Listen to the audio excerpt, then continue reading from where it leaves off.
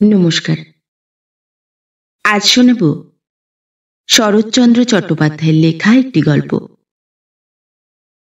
আজকের গল্প বোঝা।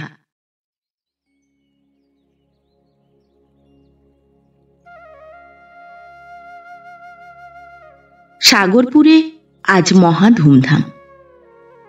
রোশন চৌকি আর ঢাকের বাদ্যে গ্রাম সরগরম। সপ্তাহ ধরিয়া যে কি কাণ্ড বাঁধিয়া গিয়াছে তাহা গ্রামের এবং তৎপার্শ্ববর্তী ৪-৫ ক্রোশের সকল লোক জানে।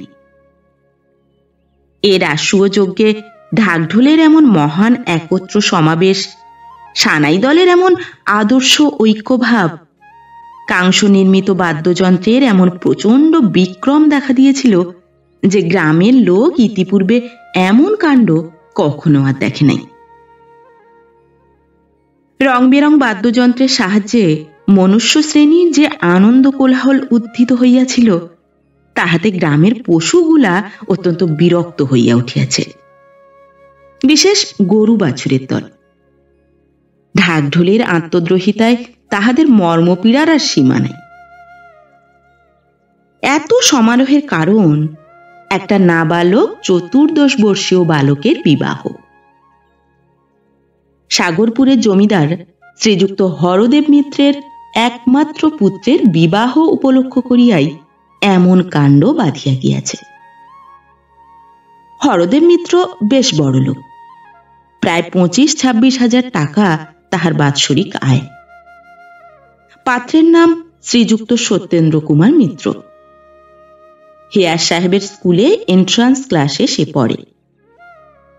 অত অল্প বয়সে বিবাহের কারণ একমাত্র সত্যেন্দ্রের মাতার বধূ মুখ দেখিবার একান্ত স্বাদ। বর্ধমান জেলার দিলজানপুরের জমিদার শ্রীযুক্ত কামাখ্যাচরণ চৌধুরীর কনিষ্ঠা কন্যা সরলার সহিত সত্যেন্দ্রের বিবাহ হইয়া গেল। রাঙা বউ, সত্যেন্দ্র মহাসুখী। 10 বছরের টুকটুকে বউটির মুখ দেখিয়া সত্যেন্দ্রের জননী বিশেষ হৃষ্টচিত্ত হইলেন। বিবাহের পর বৎসরই হরদেববাবু বধূ আনিলেন, কারণ গৃহিণীর এরূপ অভিসন্ধি ছিল না যে বধূকে পিতৃগৃহে রাখিয়া দেন। তিনি প্রায় বলিতেন, বিবাহ হইলে মেয়েকে আর বাপের বাটিতে রাখিতে নাই। মতটা মন্দ নহে। সত্যেন্দ্রের পাঠের সুবিধার জন্য হরদেববাবুকে সস্ত্রীক কলিকাতাতেই থাকিতে হইত। সরলা কলিকাতায় আসিল। অল্প বয়সে বিবাহ হইয়াছিল বলিয়া সরলা হরদেববাবুর সহিত কথা কহিত। এমনকি সত্যেন্দ্র উপস্থিত থাকিলেও সে শ্বশ্রু ঠাকুরুনীর সহিত কথা বলিত। গৃহিণীর তাহাতে সুখ ভিন্ন অসুখ ছিল না। কিছুদিন পরে কামাখ্যাবাবু সরলাকে একবার বাটি লইয়া গেলেন। তাহার 2-1 মাস পরে সত্যেন্দ্র একদিন রাগ করিয়া বলিয়াছিল, বইগুলোতে ছাতা ধরেছে, দোয়াতের কালি শুকিয়ে গেছে, এমন একজন নেই যে এগুলো দেখে। কথাটা মা বুঝিলেন। হরদেববাবুরও কানে গেল। তিনি হাসিয়া বউ আনিতে পাঠাইলেন। লিখিলেন, আমার বাটিতে বড় গোলযোগ উপস্থিত হইতেছে, মা ভিন্ন বোধহয় থামিবে না, মাকে পাঠাইয়া দিবেন। আবার সরলা আসিল। সত্য ছোটখাটো কাজগুলি সেই করিত। বইগুলি ঝাড়িয়া মুছিয়া সাজাইয়া রাখা, কলেজের কাপড় জামাগুলি ঠিক করিয়া রাখা, অর্থাৎ তাড়াতাড়িতে 2 হাতে 2 রকমের বোতাম, কিংবা আহার করিতে অত্যন্ত বিলম্ব হইয়া গিয়াছে, কলেজের 1 ঘন্টা যায় সময়ে এক পায়ে কার্পেটের অপর পায়ে বার্নিশ করা জুতা সেনা পরিয়া ফেলে, ফর্সা জামার উপর রজক ভবনের শুভাগমনের জন্য প্রস্তুত চাদরের জুলুম না হয়, এইসব কাজগুলা সরলাই দেখিত। সরলা না থাকিলে এসব গণ্ডগোল তাহার প্রায়ই ঘটিত। এমন অন্যমনস্ক লোক কেহ কখনো দেখে নাই। এ সকল কাজ সরলা ভিন্ন অপর কাহারও দ্বারা হইতও না বটে, আর হইলেও সত্যেন্দ্রের পছন্দ হইত না বলিয়াও বটে, কাজগুলি সরলাই করিত। সুশীলা সরলার বড়দিদি। তাহার ছেলের ভাত। সুতরাং কামাখ্যাবাবু দৈহিত্রের অন্নপ্রাশন উপলক্ষে সরলাকে বাটি লইয়া যাইবার জন্য কলিকাতায় আসিলেন। সরলার দিদি সরলা ও সত্যেন্দ্রকে যাইবার জন্য বিশেষ অনুরোধ করিয়া পত্র লিখিয়াছে। বিশেষ সরলা প্রায় 3 বৎসর যাবৎ দিলজানপুরে যায় নাই। সত্যেন্দ্রও যখন যাইতে সম্মত হইল, তখন কামাখ্যাবাবু পরমানন্দে জামাতা কন্যা লইয়া দেশে আসিলেন। গৃহিণী বহু দিবসের পর তাহাদিগকে পাইয়া অত্যন্ত আহ্লাদিত হইলেন। যাহার ছেলের ভাত, সে আসিয়া দুজনকেই অনেক কথা শুনাইয়া দিল, অনেক রকমে আপ্যায়িত করিল।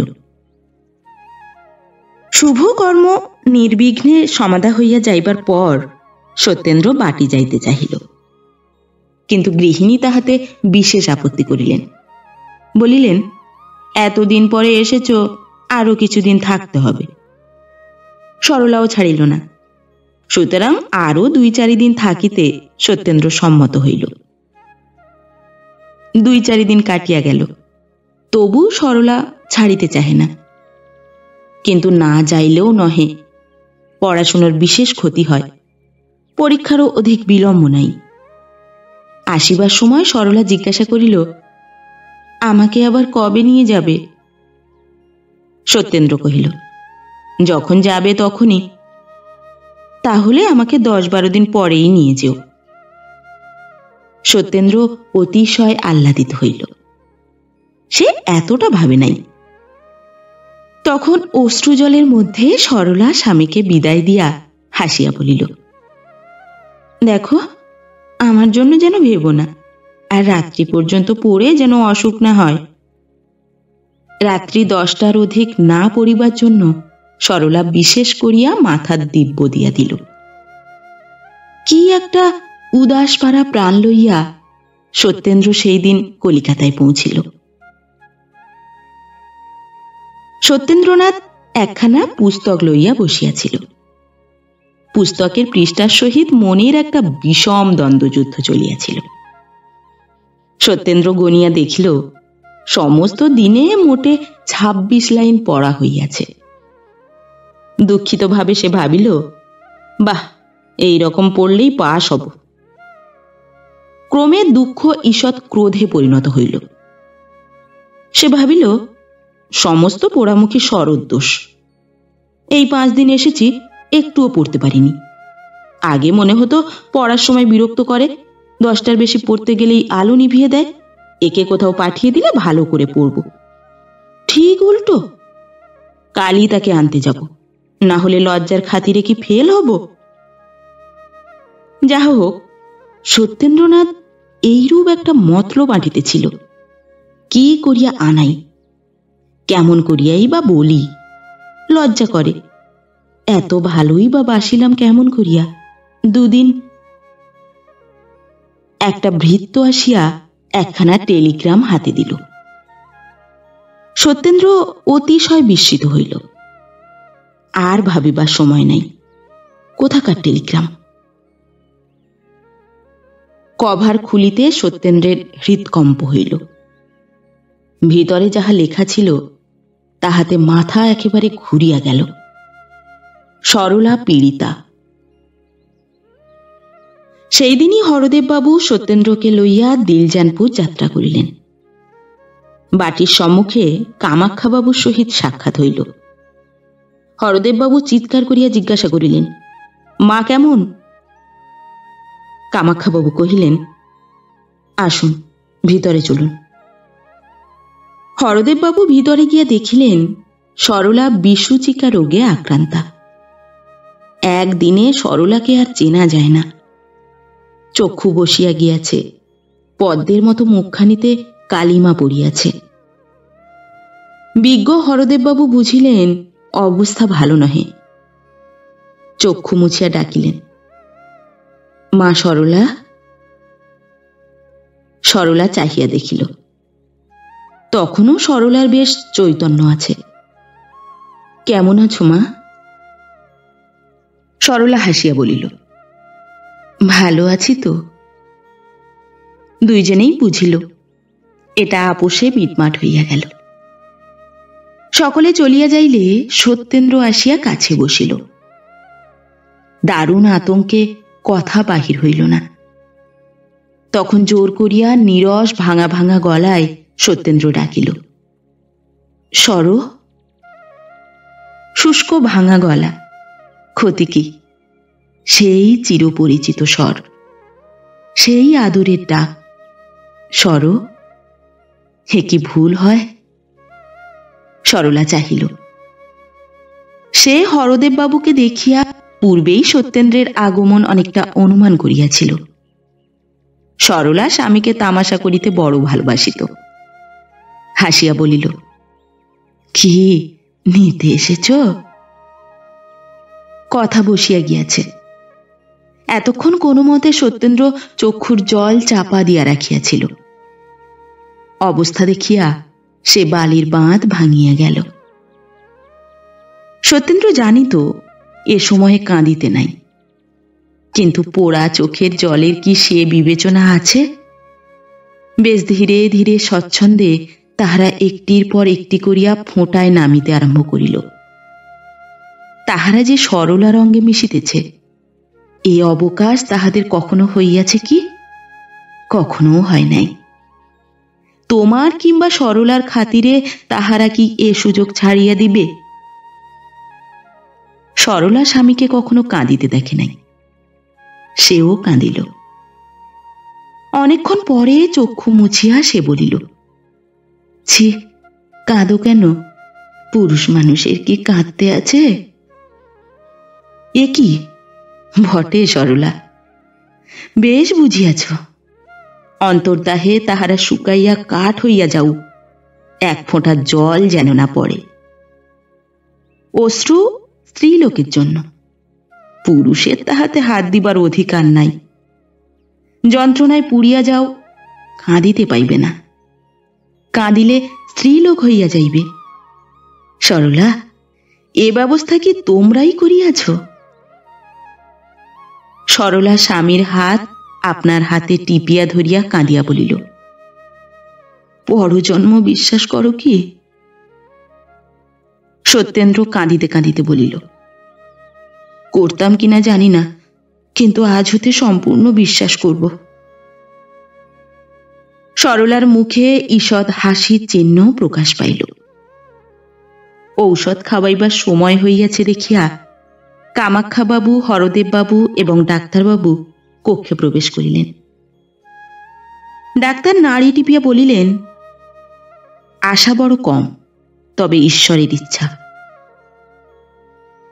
ঈশ্বরের ইচ্ছায় পরদিন বেলা 7টার সময় সরলার মৃত্যু হইল। সন্ধ্যার সময় হরদেববাবু সত্যেন্দ্রকে লইয়া কলিকাতায় ফিরিলেন। কি যেন কি একটা হইয়া গিয়াছে। রাজসজ্জায় শয়ন করিয়া ইন্দ্রত্বের সুখ কথঞ্চিত উপলব্ধি করিতেছিলাম, টানিয়া কে যেন সুখের স্বপ্নটুকু ভাঙিয়া দিয়াছে। অর্ধরাত্রে উঠিয়া বসিয়াছি, ঘুম ভাঙিয়া গিয়াছে। আমার আজীবন সহচর সেই অর্ধছিন্ন খট্টায় শুইয়া আছি। আমি কাঁদিব না হাসিব? সুখের স্রোতে অনন্তে ভাসিয়া যাইতেছিলাম। হঠাৎ যেন একটা অজানা দলের পাশে আবদ্ধ হইয়া গিয়াছি। আর বুঝি কখনো ভাসিয়া যাইতে পাইব না। সব যেন উল্টাইয়া গিয়াছে। জীবনের কেন্দ্র পর্যন্ত কে টানিয়া পরিধির বাহিরে লইয়া গিয়াছে। কিছুই যেন আর ঠাহর হয় না। এ কি হইল? নিশীতে সত্যেন্দ্রনাথ জানালায় বসিয়া সাগরপুরের অন্ধকার দেখিতেছিল। গাছগুলা কি একটা নিস্তব্ধ ভাব সত্যেন্দ্রর সহিত বিনিময় করিতেছিল। শোঁ শোঁ করিয়া নৈশ বাতাস বহিয়া গেল। কিছু বলিয়া গেল কি? বলিল বই কি, সেই এক কথা। সব জিনিসেই সেই এক কথা বলিয়া বেড়ায়। হইয়াছে কি? পাপিয়ার চোখ গেল বলে না, ঠিক যেন বলে মরে গেল। বউ কথা কও পাখিও আর আপনার বোল বলে না, সেও বলে বউ মরে গেছে। সব জিনিস ওই একই কথা বারবার কহিয়া বেড়ায় কেন? শোঁ করিয়া নৈশ বাতাস যেন ওই কথাই কহে, নেই নেই, সে নেই। কেমন আছো সত্য? মাথাটা কি বড় ধরিয়াছে বলিয়া বোধ হয়? সে তো আজ অনেকদিন হইল। একটু শোও না ভাই। চিরকাল কি একইভাবে জানালায় বসিয়া থাকিবে? সত্যেন্দ্র অন্ধকারে নক্ষত্র দেখিতেছিল। যেটি সর্বাপেক্ষা ক্ষীণ সেটিকে বিশেষ পর্যবেক্ষণ করিয়া দেখিতেছিল। চক্ষু মুদিতে সাহস হয় না, পাছে সেটি হারাইয়া যায়। দেখিতে দেখিতে ক্লান্ত হইলে সেইখানেই সে ঘুমাইয়া পড়ে। প্রভাতে নিদ্রাভঙ্গ হইলে আবার সেটিকে দেখিবার চেষ্টা করে। আলো ভালো লাগে না, জ্যোৎস্নায় আর আমোদ হয় না। অত ক্ষীণালোক বিশিষ্ট নক্ষত্র কি আলোকে দেখা যায়? সত্যেন্দ্র এমএ পরীক্ষায় ফেল হইয়া গিয়াছে। পাশ হইবার ইচ্ছাও আর নাই, উৎসাহ নিবিয়া গিয়াছে। পাশ করিলে কি নক্ষত্র কাছে আসে? হরদেববাবু সপরিবারে দেশে চলিয়া আসিয়াছেন। সত্যেন্দ্র বলে সে বাটি হইতেই ভালো পরীক্ষা দিতে পারিবে। শহরের অত গণ্ডগোলে ভালো পড়াশুনো হয় না। সত্যেন্দ্র এখন একরকমের লোক হইয়া গিয়াছে। মুখখানা দেখিলে বোধ হয় যেন বহুদিন কিছু খাইতে পায় নাই, যেন মস্ত পীড়া হইতে সম্প্রতি আরোগ্য লাভ করিয়াছে। দুপুরবেলা সত্য ঘরের দরজা বন্ধ করিয়া দিয়া ফটোগ্রাফ ঝাড়িয়া ধুলা পরিষ্কার করে। নিজের পুরাতন পুস্তকগুলি সাজাইতে বসে। হারমোনিয়ামের ঝাঁপ খুলিয়া মিছিমিছি পরিষ্কার করে। সরলার পরিষ্কৃত পুস্তকগুলি আরও পরিষ্কার করে। ভালো ভালো কাগজ খাম লইয়া সরলাকে পত্র লিখিয়া কি একটা শিরোনামা দিয়া নিজের বাক্সে বন্ধ করিয়া রাখে। সত্যেন্দ্রনাথ, তুমি একা নও, অনেকের কপাল তোমার মতো অল্প বয়সে পুড়িয়া যায়। সকলেই কি তোমার মতো পাগল হয়? সাবধান সত্য, সকলেরই একটা সীমা আছে। স্বর্গীয় ভালোবাসারও একটা সীমা নির্দিষ্ট আছে। যদি সীমা ছাড়াইয়া যাও, কষ্ট পাইবে, কেহ রাখিতে পারিবে না। সত্যেন্দ্র জননী বড় বুদ্ধিমতী। তিনি একদিন স্বামীকে ডাকিয়া বলিলেন, সত্য আমার কি হয়ে গেছে দেখেছ? কর্তা বলিলেন, দেখছি তো, কিন্তু কি করি? আবার বিবাহ দাও, ভালো বউ হলে সত্য আবার হাসবে, আবার কথা কবে। সেদিন সত্য আহার করিতে বসিলে জননী বলিলেন, আমার একটা কথা শুনবে? কি? তোমাকে আবার বিবাহ করতে হবে। সত্য হাসিয়া কহিল, এই কথা? তা বুড়ো বয়সে আবার ওসব কেন? মা পূর্ব হইতেই অশ্রু সঞ্চিত করিয়াছিলেন, সেগুলি এখন বিনা বাক্য ব্যয়ে নামিতে আরম্ভ করিল। মা চক্ষু মুছিয়া বলিলেন, বাবা, এই 21 বছরে কেউ বুড়ো হয় না, কিন্তু সরলার কথা মনে হলে এসব আর মুখে আনতে ইচ্ছা হয় না। কিন্তু আমি আর একা থাকতে পারি না। পরদিন প্রাতে হরদেববাবু সত্যেন্দ্রকে ডাকিয়া ওই কথাই বললেন। সত্যেন্দ্র কোনো উত্তর দিল না।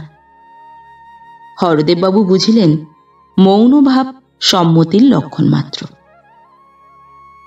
সত্যেন্দ্র ঘরে আসিয়া সরলার ফটোর সম্মুখে দাঁড়াইয়া কহিল, শুনছ সর, আবার বিয়ে হবে। ফটোগ্রাফ কথা কহিতে পারে না, পারিলে কি বলিত? বেশ তো, বলিত কি? সত্যেন্দ্রর এবার কলিকাতায় বিবাহ হইল। শুভ দৃষ্টির সময় সত্যেন্দ্র দেখিল মুখখানি বড় সুন্দর। হোক সুন্দর, সে তথাপি ভাবিল তাহার মাথায় একটা বোঝা চাপিল। বিবাহের পর 2 বৎসর নলিনী পিতৃগৃহে রহিল। তৃতীয় বৎসরে সে শ্বশুর ভবনে আসিয়াছে। গৃহিণী নূতন বধূর চাঁদপানা মুখ দেখিয়া আবার সরলাকে ভুলিবার চেষ্টা করিলেন, আবার সংসার পাতিবার চেষ্টা করিলেন। রাত্রে যখন দুইজনে পাশাপাশি শুইয়া থাকে তখন কেহই কাহারও সহিত কথা কহে না। নলিনী ভাবে, কেন এত অযত্ন? সত্য ভাবে, এ কোথাকার কে যে আমার সরজ জায়গায় শুইয়া থাকে? নূতন বধূ লজ্জায় স্বামীর সহিত কথা কহিতে পারে না। সত্যেন্দ্র ভাবে, কথা কহে না ভালোই। একদিন রাত্রে সত্যেন্দ্রের ঘুম ভাঙিয়া যাইলে সে দেখিল শয্যায় কেহ নাই। ভালো করিয়া চাহিয়া দেখিল কে একজন জানালায় বসিয়া আছে। জানালা খোলা, খোলা পথে জ্যোৎস্নালোক প্রবেশ করিয়াছে। সেই আলোকে সত্যেন্দ্র নলিনীর মুখের কিয়দংশ দেখিতে পাইল। ঘুমের ঘোরে জ্যোৎস্নার আলোকে মুখখানি বড় সুন্দর দেখাইল। কান পাতিয়া সে শুনিল নলিনী কাঁদিতেছে। সত্য ডাকিল, নলিনী। নলিনী চমকিয়া উঠিল। স্বামী আহ্বান করিয়াছেন। অন্য মেয়ে কি করিত জানি না, কিন্তু নলিনী ধীরে ধীরে আসিয়া নিকটে বসিল। সত্যেন্দ্র বলিল, কাঁদছ কেন? অশ্রুবেগ দ্বিগুণ মাত্রায় বহিতে লাগিল। তাহার 16 বৎসর বয়সে স্বামীর এই আদরের কথা। অনেকক্ষণ চাপিয়া চাপিয়া কাঁদিয়া চোখ মুছিয়া ধীরে ধীরে সে বলিল, তুমি আমাকে দেখতে পারো না কেন? কি জানি কেন। সত্যরও বড় কান্না আসিতেছিল। তাহা রোধ করিয়া সে বলিল, দেখতে পারি না তোমাকে কে বললে? তবে যত্ন করতে পারি না। নলিনী নিরুত্তরে সকল কথা শুনিতে লাগিল। সত্যেন্দ্র কিছুক্ষণ নীরব থাকিয়া বলিল, ভেবেছিলাম এ কথা কাকেও বলবো না, কিন্তু না বলেও কোনো লাভ নাই। তোমাকে কিছু গোপন করব না। সকল কথা খুলে বললে বুঝতে আমি এমন কেন। আমি এখনো সরলাকে, আমার পূর্ব স্ত্রীকে ভুলতে পারিনি। ভুলবো এমন ভরসাও করি না, ইচ্ছাও করি না। তুমি হতভাগ্যের হাতে পড়েছ। তোমাকে কখনো সুখী করতে পারবো এ আশা মনে হয় না। নিজের ইচ্ছায় তোমাকে বিবাহ করিনি, নিজের ইচ্ছায় তোমাকে ভালোবাসতে পারবো না। গভীর নিশীথে দুইজনে অনেকক্ষণ এইভাবে বসিয়া রহিল। সত্যেন্দ্র বুঝিতে পারিল নলিনী কাঁদিতেছে। সে কাঁদিয়াছিল কি? একে একে সরলার কথা মনে পড়িতে লাগিল। ধীরে ধীরে সেই মুখখানি হৃদয়ে জাগিয়া উঠিল। সেই নিতে এসেছ মনে পড়িল। অনাহুত অশ্রু সত্যেন্দ্রের নয়ন রোধ করিল। তাহার পর গণ্ড বাহিয়া ধীরে ধীরে ঝরিয়া পড়িল। চক্ষু মুছিয়া সত্যেন্দ্র ধীরে ধীরে নলিনীর হাত দুটি আপনার হাতে লইয়া বলিল, কেঁদো না নলিনী, আমার হাত কি? নিশিদিন অন্তরে আমি কি যন্ত্রণায় যে ভোগ করি তা কেউ জানে না। মনে বড় কষ্ট। এ কষ্ট যদি কখনো যায় তাহলে হয়তো তোমাকে ভালোবাসতে পারবো, হয়তো তোমাকে আবার যত্ন করতে পারবো। এই বিষাদপূর্ণ স্নেহমাখা কথার মূল্য কয়জন বুঝে? নলিনী বড় বুদ্ধিমতী। সে স্বামীর কষ্ট বুঝিল। স্বামী তাহাকে ভালোবাসে না এ কথা সে তাহার মুখে শুনিল, তথাপি তাহার অভিমান হইল না। বোকা মেয়ে, 16 বৎসরে যদি অভিমান করিবে না তবে করিবে কবে? কিন্তু নলিনী ভাবিল, অভিমান আগে না স্বামী আগে? সেই দিন হইতে কি করিলে স্বামীর কষ্ট যায় ইহাই তাহার একমাত্র চিন্তার বিষয় হইল। কি করিলে স্বামী সতীনকে ভুলিতে পারেন এ কথা সে একবারও ভাবিল না। ব্যথার যদি কেহ ব্যথী হয়, কষ্টতে যদি কেহ সহানুভূতি প্রকাশ করে, দুঃখের কথা যদি কেহ আগ্রহ করিয়া শ্রবণ করে, তাহা হইলে বোধহয় তাহার ন্যায় বন্ধু এ জগতে আর নাই। ইহার পর সত্যেন্দ্র নলিনীকে প্রায়ই পূর্বের কথা জানাইত। কত নিশা দুইজনের সেই একই কথায় অবসান হইত।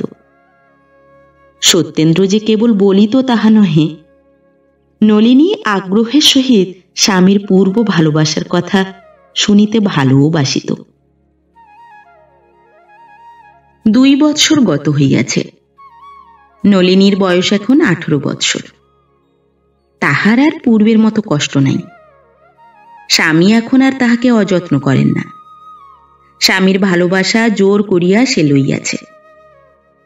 যে জোর করিয়া কিছু লইতে জানে, সে তাহা রাখিতেও জানে।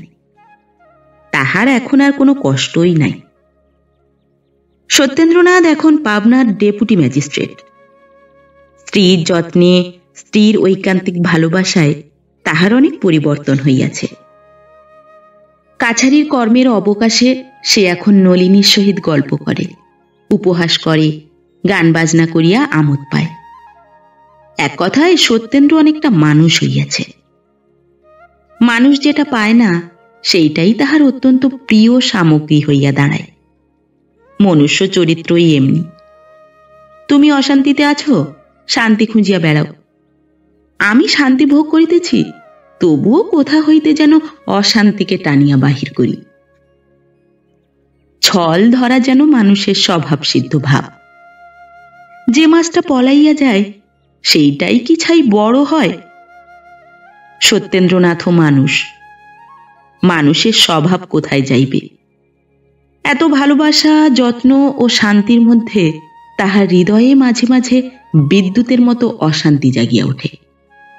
নিমেষের মধ্যে মনের মাঝে বৈদ্যুতিক ক্রিয়ার মতো যে বিপ্লব বাঁধিয়া যায়, তাহা সামলাইয়া লইতে নলিনীর অনেক পরিশ্রমের প্রয়োজন হয়। মাঝে মাঝে তাহার মনে হয়, বুঝি আর সে সামলাইতে পারিবে না। এতদিনের চেষ্টা, যত্ন, অধ্যাবসায় সমস্তই বুঝি বিফল হইয়া যাইবে। নলিনীর এতটুকু ত্রুটি দেখিলে সত্যেন্দ্র ভাবে, সরলা থাকিলে বোধহয় এমনটি হইত না। হইত কিনা ভগবান জানেন, হয়তো হইত না, হয়তো ইহা অপেক্ষা চতুর্গুণ হইত। কিন্তু তাহাতে কি? সে মৎস্য যে পলাইয়া গিয়াছে। সত্যেন্দ্র এখনো সরলাকে ভুলিতে পারে নাই। কাছারি হইতে আসিয়া যদি নলিনীকে সে না দেখিতে পায়, অমনি মনে করে, কিসে আর কিসে। নলিনী বড় বুদ্ধিমতী। সে সর্বদা স্বামীর নিকটে থাকে, কারণ সে জানিত এখনো তিনি সরলাকে ভুলেন নাই। একেবারে ভুলিয়া যান এই ইচ্ছা নলিনীর কখনো মনে হয় না। তবে অনর্থক মনে করিয়া কষ্ট না পান, এই জন্যই সে সর্বদা কাছে থাকিত, যত্ন করিত। নাই ভুলুন, কিন্তু তাহাকে তো অযত্ন করেন না। ইহাই নলিনীর ঢের। গোপীকান্ত রায় পাবনার একজন সম্ভ্রান্ত উকিল। কলকাতায় তাহার বাটি নলিনীদের বাটির কাছে। কি একটা সম্বন্ধ থাকায় নলিনী তাহাকে কাকা বলিয়া ডাকে। রায়খুড়িমা প্রায় প্রত্যহই সত্যেন্দ্রের বাটি বেড়াইতে আসেন। গোপীবাবুও প্রায় আসেন। গ্রাম সম্পর্কে খুড়শ্বশুরকে সত্যেন্দ্রনাথ অতিশয় মান্য করে। সত্যেন্দ্রর বাসা তাহার বাটি হইতে দূর হইলেও উভয় পরিবারে বেশ মেলামিশি হইয়া গিয়াছে। নলিনীও মধ্যে মধ্যে কাকার বাড়ি বেড়াইতে যায়, কারণ একে কাকার বাড়ি, তাহাতে গোপীবাবুর কন্যা হেমার সহিত তাহার বড় ভাব। বাল্যকালের সখী, কেহ কাহাকে ছাড়িতে চাহে না। সেদিন তখন 12টা বাজিয়া গিয়াছে। সত্যেন্দ্র কাছারি চলিয়া গিয়াছে। কোনো কর্ম নাই দেখিয়া নলিনী ছবি আঁকিতে বসিল। কিন্তু তৎক্ষণাৎ গড় গড় করিয়া একখানা গাড়ি ডেপুটি বাবুর বাড়ির সম্মুখে আসিয়া লাগিল। কে আসিল? হেম বুঝি? আর ভাবিতে হইল না। বিষম কোলাহল করিতে করিতে হেমাঙ্গিনী আসিয়া উপস্থিত হইল। হেমা আসিয়া একেবারে নলিনীর চুল ধরিল, কহিল, আর লেখাপড়ার দরকার নেই, ওঠ, আমাদের বাড়ি চল, কাল দাদার বউ এসেছে। নলিনী কহিল, বউ এসেছে? সঙ্গে আনলে না কেন? হেম কহিল, তা কি হয়, নতুন এসেছে, হঠাৎ তোর এখানে আসবে কেন? নলিনী কহিল, আমি তবে যাব কেন? হেমাঙ্গিনী হাসিয়া বলিল, তোর ঘাড় যাবে, এই আমি টেনে নিয়ে যাচ্ছি। চুল ধরিয়া টানিয়া লইয়া যাইলে নলিনী কেন, অনেককেই যাইতে হইত, নলিনীকেও যাইতে হইল। যাইতে নলিনীর বিশেষ আপত্তি ছিল, কারণ তাহাদের বাটি যাইলে ফিরিয়া আসিতে বিলম্ব হইত। দুই একদিন নলিনীর বাটি ফিরিবার পূর্বেই সত্যেন্দ্রনাথ কাছারি হইতে ফিরিয়াছিলেন। সেরূপ অবস্থায় সত্যেন্দ্রের বড় অসুবিধা হইত। তিনি কিছু মনে করুন আর নাই করুন, নলিনীর বড় লজ্জা করিত, কারণ সে জানিত কাছারি হইতে ফিরিয়া আসিয়া তাহার হাতের বাতাস না খাইলে স্বামীর গরম ছুটিত না। বিধাতার ইচ্ছা, বহু চেষ্টায় আজও নলিনী 7টার পূর্বে ফিরিতে পারিল না।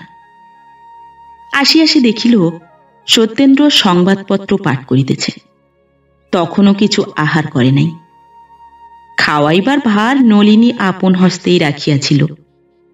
কাছে আসিলে সত্যেন্দ্র হাসিল, কিন্তু সে হাসি নলিনীর ভালো বোধ হইল না। সে অন্তরে শিহরিয়া উঠিল। আসন পাতিয়া নলিনী জলখাবার খাওয়াইতে চেষ্টা করিল, কিন্তু সত্যেন্দ্র কিছু স্পর্শও করিল না। ক্ষুধা একেবারেই নাই। বহু সাধ্য সাধনাতেও সে কিচ্ছু খাইল না। নলিনী বুঝিল এ অভিমান কেন। আজ হেমাঙ্গিনী শ্বশুর বাড়ি যাইবে। তাহার স্বামী উপেন্দ্রবাবু তাহাকে লইতে আসিয়াছেন। নলিনী বহু দিবস হেমার সহিত দেখা করিতে যায় নাই, তাই আজ হেমা অনেক দুঃখ করিয়া তাহাকে যাইতে লিখিয়াছে। নলিনী প্রতিজ্ঞা করিয়াছিল স্বামীর অনুমতি বিনা সে আর কোথাও যাইবে না, কিন্তু আজ সে প্রতিজ্ঞা রক্ষা করিতে গেলে প্রিয় সখীর সহিত আর দেখা হয় না। নলিনী বড় বিপদে পড়িল। হেমা লিখিয়াছে তাহারা 3টা ট্রেনে রওনা হইবে। তাহা হইলে স্বামীর অনুমতি লওয়া কি করিয়া হয়? বহু কুতর্কের পর নলিনী যাওয়াই স্থির করিল। যাইবার সময় দাসীকে সে বলিয়া দিল যেন ঠিক 3টার সময় রায়েদের বাড়িতে গাড়ি পাঠানো হয়। গাড়ি পাঠানো হইয়াছিল, কিন্তু হেমার 3টা ট্রেনে যাওয়া হইল না। সুতরাং সে নলিনীকে কিছুতেই ছাড়িয়া দিল না। অনেক জিদ করিয়াও সে হেমার হাত এড়াইতে পারিল না। হেমা আজ অনেক দিনের জন্য চলিয়া যাইতেছে, কতকাল আর দেখা হইবে না, সহজে কে ছাড়িয়া দেয়? বাটি ফিরিতে বিলম্ব হইলে স্বামী রাগ করিবেন, এ কথা বলিতে নলিনীর লজ্জা হইতেছিল। সহজে এ কথা কে বলিতে চাহে? এ হীনতা কে স্বীকার করে, বিশেষ এই বয়সে? অবশেষে সে কথাও সে বলিল, কিন্তু হেমা তাহা বিশ্বাস করিল না। সে হাসিয়া বলিল, বোকা বুঝিও না, রাগারাগির ব্যাপার আমি ঢের বুঝি। উপেনবাবু অনেক রাগ করতে জানেন। কথাটা হেমা হাসিয়া উড়াইয়া দিল, কিন্তু নলিনী মর্মে পীড়া পাইল। সকলের স্বামী কি এক ছাঁচে গড়া? সকলেই কি উপেনবাবুর মতো? নলিনী যখন ফিরিয়া আসিল তখন রাত্রি 10টা বাজিয়া গিয়াছে। আসিয়া সে শুনিল বাবু বাহিরে শয়ন করিয়াছেন। মাতঙ্গিনী ওরফে মাতু নলিনীর বাপের বাড়ির ঝি। সে নলিনীর সহিত আসিয়াছিল। অনেক দিনের লোক, বিশেষ সে নলিনীকে অত্যন্ত স্নেহ করিত। তাই সে নলিনীকে আজ বিলক্ষণ 10 কথা শুনাইয়া দিল। বাটির মধ্যে সেই কেবল জানিত সত্যবাবু বিলক্ষণ রাগ করিয়াই বাহিরে শয্যা রচনা করিবার আদেশ দিয়াছিলেন। গভীর রাত্রে যখন শয্যায় শয়ন করিয়া চক্ষু মুদ্রিত করিয়া সত্যেন্দ্রনাথ পূর্ব স্মৃতি জাগাইয়া তুলিবার চেষ্টা করিতেছিল, যখন সেই বহু দিনগত প্রফুল্ল কমল সদৃশ্য সরলার মুখের সহিত নলিনীর মুখের ঈষৎ সাদৃশ্য আছে কিনা বিবেচনা করিতেছিল, যখন সরলার ভালোবাসার নিকট নলিনীর ভালোবাসা সাগরের নিকট গোষ্পদের জল ধারণা করিবার জন্য মনের মধ্যে বিষম ঝটিকার উৎপত্তি করিতেছিল, তখন ধীরে ধীরে দ্বার খুলিয়া নলিনী সে গৃহে প্রবেশ করিল। সত্যেন্দ্র চাহিয়া দেখিল নলিনী। নলিনী আসিয়া সত্যেন্দ্রর পদতলে বসিল। সত্যেন্দ্র চক্ষু মুদ্রিত করিল। বহুক্ষণ এইভাবেই কাটিয়া গেল দেখিয়া সত্যেন্দ্রনাথ বিরক্ত হইল। পার্শ্ব পরিবর্তন করিয়া পুরুষ ভাবে স্পষ্ট স্বরে কহিল, তুমি এখানে কেন? নলিনী কাঁদিতেছিল, কথা কহিতে পারিল না। কান্না দেখিয়া ডেপুটি বাবু আর একটু ক্রুদ্ধভাবে বলিল, রাত হয়েছে, যাও ভিতরে গিয়ে শোগে। নলিনী কাঁদিতেছিল। এবার চক্ষের জল মুছিয়া সে বলিল, তুমি শোবে চলো। সত্য ঘাড় নাড়িল, বলিল, আমার বড় ঘুম পেয়েছে, আর উঠতে পারবো না। কাঁদিলে সত্যেন্দ্র বিরক্ত হয়। নলিনী চক্ষের জল মুছিয়াছে। স্বামীর কাছে আর সে কাঁদিবে না। ধীরে ধীরে পায়ের উপর হাত রাখিয়া নলিনী বলিল, এবার আমাকে ক্ষমা করো, এখানে তোমার বড় কষ্ট হবে, ভিতরে চলো। সত্যেন্দ্র আর ভিতরে যাইবে না প্রতিজ্ঞা করিয়াছে। সে বলিল, কষ্টের কথা এত রাত্রে আর ভেবে কাজ নেই, তুমি শোগে, আমিও ঘুমোই। নলিনী সত্যেন্দ্রকে চিনিত। সমস্ত রাত্রি সে আপনার ঘরে বসিয়া কাঁদিয়া কাটাইল। বলি, ও হেমাঙ্গিনী, একবার দেখিয়া গেলে না? রাগারাগির ব্যাপার তুমি বোঝো ভালো, একবার মিটাইয়া দিবে নাকি? পরদিনও সত্যেন্দ্র বাটির ভিতর আসিল না, বা নলিনীর সহিত সাক্ষাৎ করিল না। নলিনীর একখানা পত্র মাতু সত্যেন্দ্রর হাতে দিয়াছিল। সেখানা না পড়িয়াই মাতঙ্গিনীর সম্মুখে ছিঁড়িয়া ফেলিয়া দিয়া বলিল, এসব আর এনো না। 4-5 দিন পরে একদিন নলিনীর বড় দাদা শ্রীযুক্ত নরেন্দ্রনাথ পাবনায় আসিয়া পৌঁছিলেন। হঠাৎ দাদাকে দেখিয়া নলিনী অতিশয় সন্তুষ্ট হইল, কিন্তু ততোধিক বিস্মিত হইল। দাদা যে? নরেন্দ্রবাবু নলিনীর সহিত সাক্ষাৎ করিয়া হাসিয়া বলিলেন, বাড়ি যাবার জন্য এত ব্যস্ত হয়েছিস কেন বোন? ব্যস্ত? কথাটার অর্থ নলিনী তখনই বুঝিয়া ফেলিল। হাসিয়া সে বলিল, তোমাদের যে অনেকদিন দেখিনি। যেদিন স্বামীর চরণে প্রণিপাত করিয়া নলিনী দাদার সহিত গাড়িতে উঠিল, সে রাত্রে সত্যেন্দ্রনাথ একটুকুও ঘুমাইতে পারিল না। সমস্ত রাত্রি ধরিয়া সত্যেন্দ্র ভাবিতেছিল, এতটা না করিলেও চলিতে পারিত। অনেকবার সত্যর মনে হইয়াছিল, এখনো সময় আছে, এ সময়ও গাড়ি ফিরাইয়া আনি। কিন্তু হায় রে অভিমান, তাহারই জন্য নলিনীকে ফিরাইয়া আনা হইল না। যাইবার সময় মাতুও সঙ্গে গিয়াছিল। সেই কেবল যাইবার যথার্থ কারণ জানিত। নলিনী মাতুকে বিশেষ করিয়া বলিয়া দিয়াছিল, যেন সে বাটিতে কোনো কথা না বলে। নলিনী মনে করিল, এ কথা প্রকাশ করিলে স্বামীর অপযশ করা হইবে। ভালো হোক আর মন্দ হোক, তাহার স্বামীকে লোকে মন্দ বলিবার কে? পিতৃগৃহে যাইয়া নলিনী পিতামাতার চরণে প্রণাম করিল। ছোট ভাইটিকে কোলে লইল, শুধু সে হাসিতে পারিল না। মা বলিলেন, নলিনী আমার একদিনের গাড়ির পরিশ্রমে একেবারে শুকিয়ে গেছে। কিন্তু সে শুষ্ক মুখ আর প্রফুল্ল হইল না। পৃথিবীতে প্রায়ই দেখা যায়, একটা সামান্য কারণ হইতে গুরুতর অনিষ্টের উৎপত্তি হয়। শূর্পণখার ঈষৎ চিত্তচাঞ্চল্যই স্বর্ণলঙ্কা ধ্বংসের হেতু হইয়াছিল।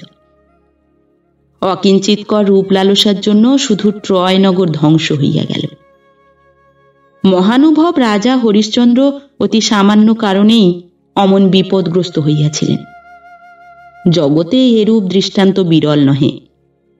এখানেও একটা সামান্য অভিমানে বিষম বিপত্তি ঘটিয়া উঠিল। সত্যেন্দ্রনাথের দোষ দেব কি? নলিনী কখনো অভিমান করে নাই। স্বামীর কষ্টের কথা মনে করিয়া সে নীরবে সমস্ত সহ্য করিত। আর পারিল না। সে ভাবিল, এই ক্ষুদ্র কারণে যে স্বামী কর্তৃক পরিত্যক্ত হয় সে মরে না কেন? দারুণ অভিমানে নলিনী শুকাইতে লাগিল। ওদিকে সত্যেন্দ্রর অভিমান ফুরাইয়া গিয়াছে। একদণ্ড না থাকিলে যাহা চলে না, তাহার এই মিছা অভিমান কতদিন থাকে? অভিমান দারুণ কষ্টের কারণ হইয়া দাঁড়াইয়াছে। সত্যেন্দ্র প্রত্যহ চাহিয়া থাকে, আজ হয়তো নলিনীর পত্র আসিবে, হয়তো সে লিখিবে, আমায় লইয়া যাও। সত্যেন্দ্র ভাবে, তাহা হইলে মাথায় করিয়া লইয়া আসিব, আর কখনো এরূপ অন্যায় ব্যবহার করিব না। কিন্তু ভবিতব্য কে অতিক্রম করিবে?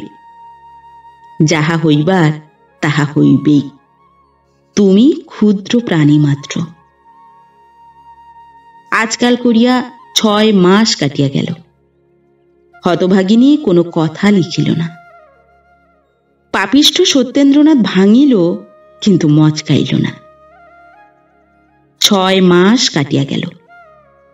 ক্রমশ সত্যেন্দ্রনাথের অসহ্য হইল। লুপ্ত অভিমান আবার দৃপ্ত হইয়া উঠিল। ক্রোধ আসিয়া তাহাতে যোগ দিল।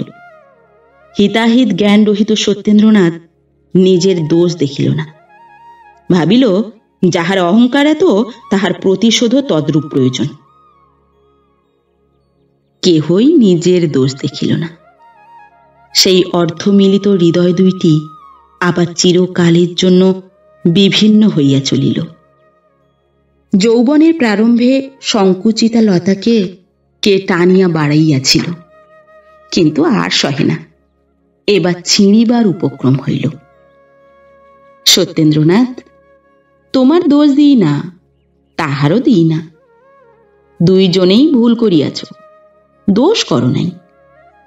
ভুল দেখাইতে পারিলে আত্মগ্লানি কাহার যে অধিক হইত তাহা ভগবানই জানেন। আমরাও বুঝিতে পারিতাম না, তোমরাও পারিতে না। বুঝিতে পারি না কি আকাঙ্ক্ষায় কি স্বাদ পূর্ণ করিতে তোমরা এতটা করিলে। স্বাদ মিটে না, মিটাইবার ইচ্ছাও নাই। কি স্বাদ তাহাও হয়তো ভালো বুঝিতে পারি না।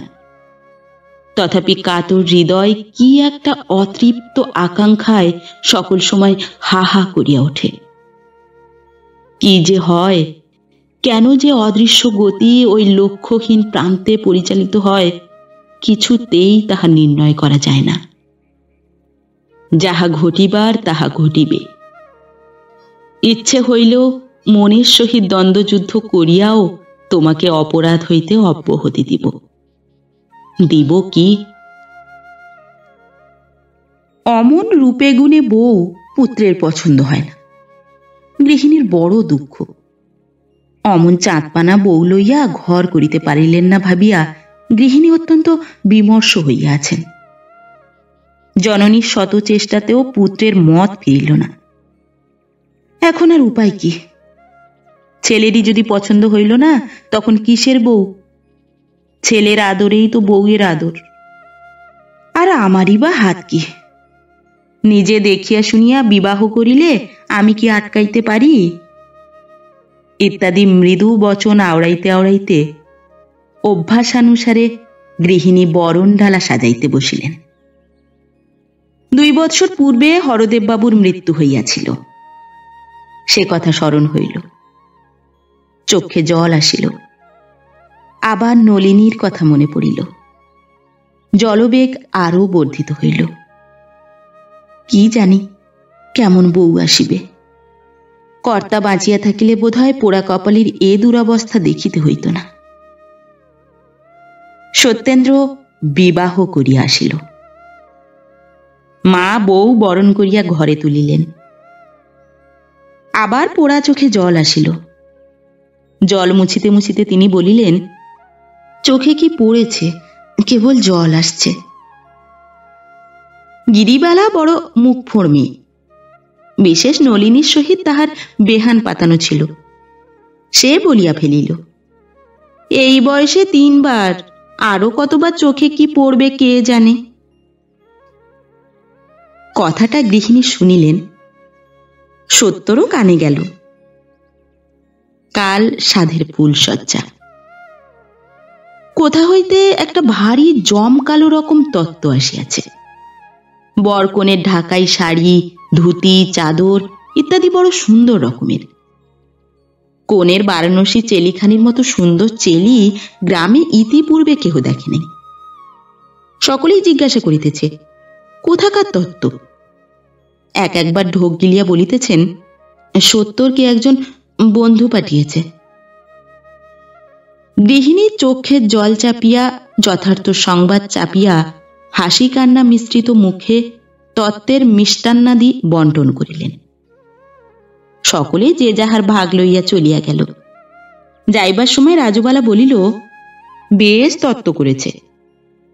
নিত্যকালী বলিল, তার হবে না, বড়লোক তত্ত্ব পাঠালে এমনই পাঠায়। ক্রমশ এ কথা চাপা পড়িল। তখন যোগমায়া বলিল, আচ্ছা, আবার বিয়ে করলে কেন? জ্ঞানদা কহিল, কি জানি বোন, অমন রূপে গুণে বউ, কে জানে, ওসব বোঝা যায় না। রামমণি জাতিতে নাপিতের কন্যা, তবে অবস্থা ভালো, দেখিতেও মন্দ নহে। এই নাকটি সামান্য চাপা মাত্র। কোন কোন পরশ্রীকাতর লোক তাহার চোখেরও দোষ দিত, বলিত হাতির চোখের চেয়েও ছোট। যাক, এ নিন্দাবাদে আমাদের প্রয়োজন নাই। রামমণি একটু হাসিয়া বলিল, তোমাদের ঘটে যদি বুদ্ধি থাকতো তাহলে কি আর ও কথা বলো? ছুঁড়ি সদা সর্বদা যে ফিক ফিক করে হেসে কথা বলতো, তাতেই আমার সন্দেহ হয়েছিল। স্বভাব চরিত্র মন্দ লো, স্বভাব চরিত্র মন্দ, না হলে চাকরি স্থান থেকে তাড়িয়ে দেয়, আবার বিয়ে করে। মুখে কিছু না বললেও কথাটা অনেকের মতের সহিত মিলিল। ইহার 2-1 দিন পরে গ্রামের প্রায় সকলেই জানিল যে রামমণি জমিদারের বাটির গূঢ় রহস্য ভেদ করিয়াছে। নাপিতের মেয়ে না হইলে এত বুদ্ধি কি বামন কায়েতের মেয়ের হয়? কথাটা অনেকেই স্বীকার করিল। এবার গৃহিণীর পালা। এ কথা যখন তাহার কানে গেল, তিনি ঘরের কপাট বন্ধ করিয়া একেবারে ভূমে লুটাইয়া পড়িলেন। আমার নলিনী কুলোটা! কি জানি কেন গৃহিণী সরলা অপেক্ষা নলিনীকে অধিক ভালোবাসিয়াছিলেন। জন্মের মতো সেই নলিনীর কপাল ভাঙিয়া গিয়াছে। গৃহিণী মনে মনে ভাবিলেন, সত্য হয় ভালোই, না হয় আমি নলিনীকে লইয়া কাশিবাসী হইব। পোড়া কপালের এ জন্মের মতো সব সাধি তো মিটিয়াছে। তখন তিনি দ্বার খুলিয়া মাতুকে ডাকিয়া নিয়া আবার দ্বার বন্ধ করিলেন। মাতুই তত্ত্ব লইয়া আসিয়াছিল। দুইজনের চক্ষু জলের বহু বিনিময় হইল।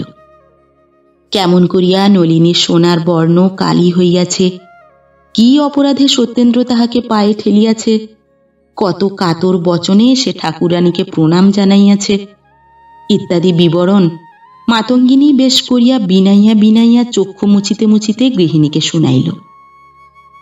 শুনিতে শুনিতে গৃহিণীর পূর্ব স্নেহ 100 গুণ বর্ধিত হইয়া উঠিল। পুত্রের উপর দারুণ অভিমান জন্মিল। মনে মনে তিনি ভাবিলেন, আমি কি সত্যর কেউ নই? সকল কথাই কি আমার উপেক্ষার যোগ্য? আমার কি একটা কথাও থাকিবে না? আমি আবার নলিনীকে গৃহে আনিব। অমল লক্ষ্মীর কি এ দশা করিতে আছে?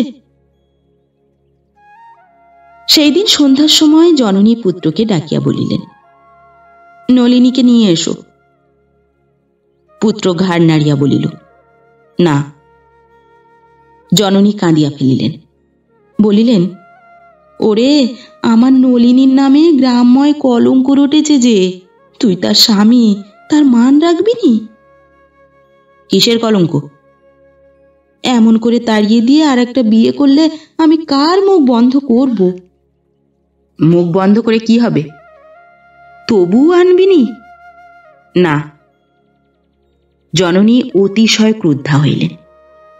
কিরূপ ক্রুদ্ধা হইতে হইবে এবং তখন কি কথা বলিতে হইবে তাহা তিনি পূর্ব হইতেই স্থির করিয়া আসিয়াছিলেন। সুতরাং কিছু ভাবিতে হইল না। বলিলেন, তবে কালই আমাকে কাশী পাঠিয়ে দাও, আমি এখানে একদণ্ড আর থাকতে চাই না। সত্য আর সে সত্য নাই। সরলার আদরের ধন, ক্রীড়ার দ্রব্য, শখের জিনিস, অন্যমনস্ক উচ্চমনা সরল হৃদয় প্রফুল্লবদন স্বামী নলিনীর বহু যত্নের বহু ক্লেশের মনের মতো সত্যেন্দ্রনাথ আর নাই। সেও বুকে পাষাণ চাপাইয়াছে, লজ্জা শরম হিতাহিত জ্ঞান সকলেই হারাইয়াছে। সে অনায়াসে বলিল, তোমার যেখানে ইচ্ছা হয় যাও, আমি আর কাকেও আনতে পারবো না। সত্যর মুখে এ কথা শুনিবেন মা তাহা স্বপ্নেও ভাবেন নাই। কাঁদিতে কাঁদিতে চলিয়া গেলেন।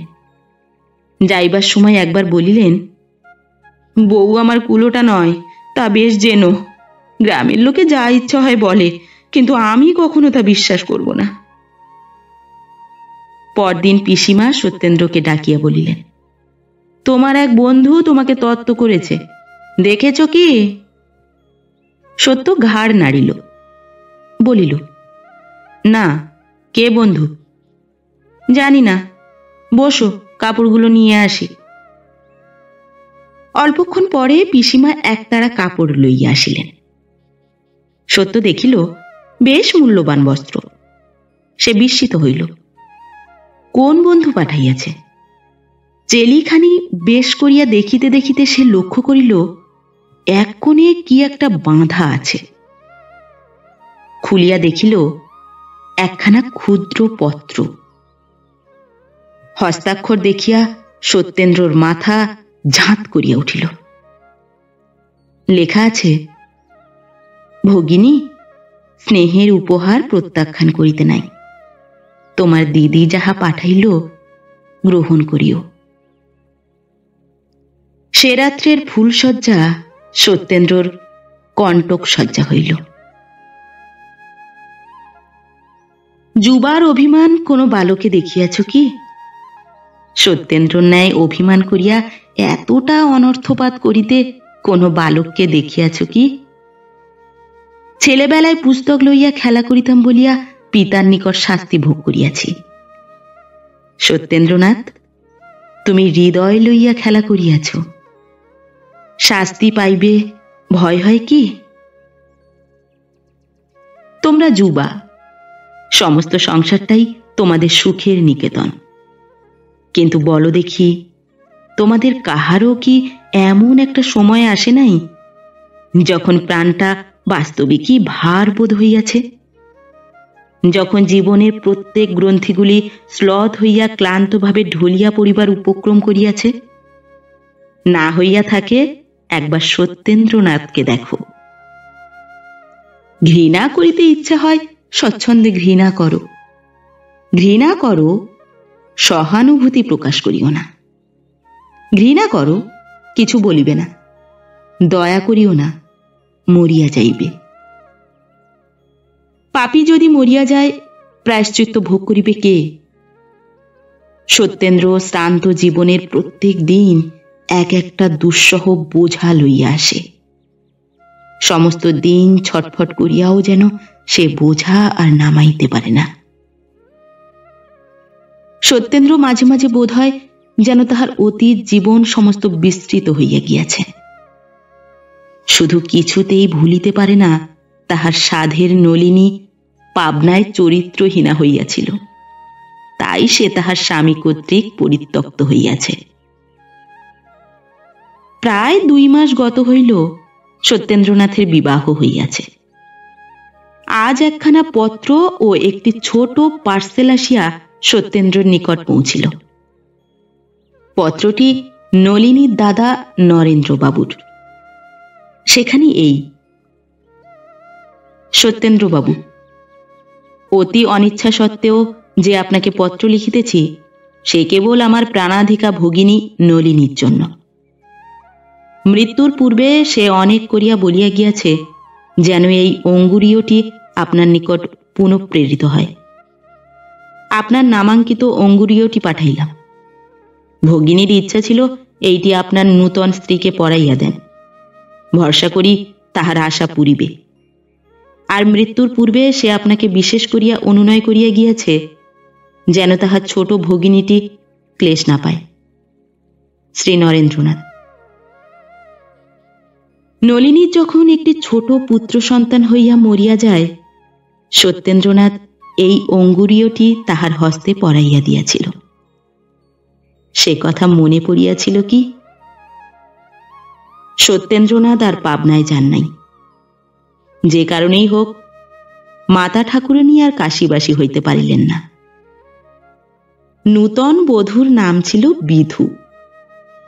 বিধু বোধ হয় পূর্বজন্মে নলিনীর ভগিনী ছিল।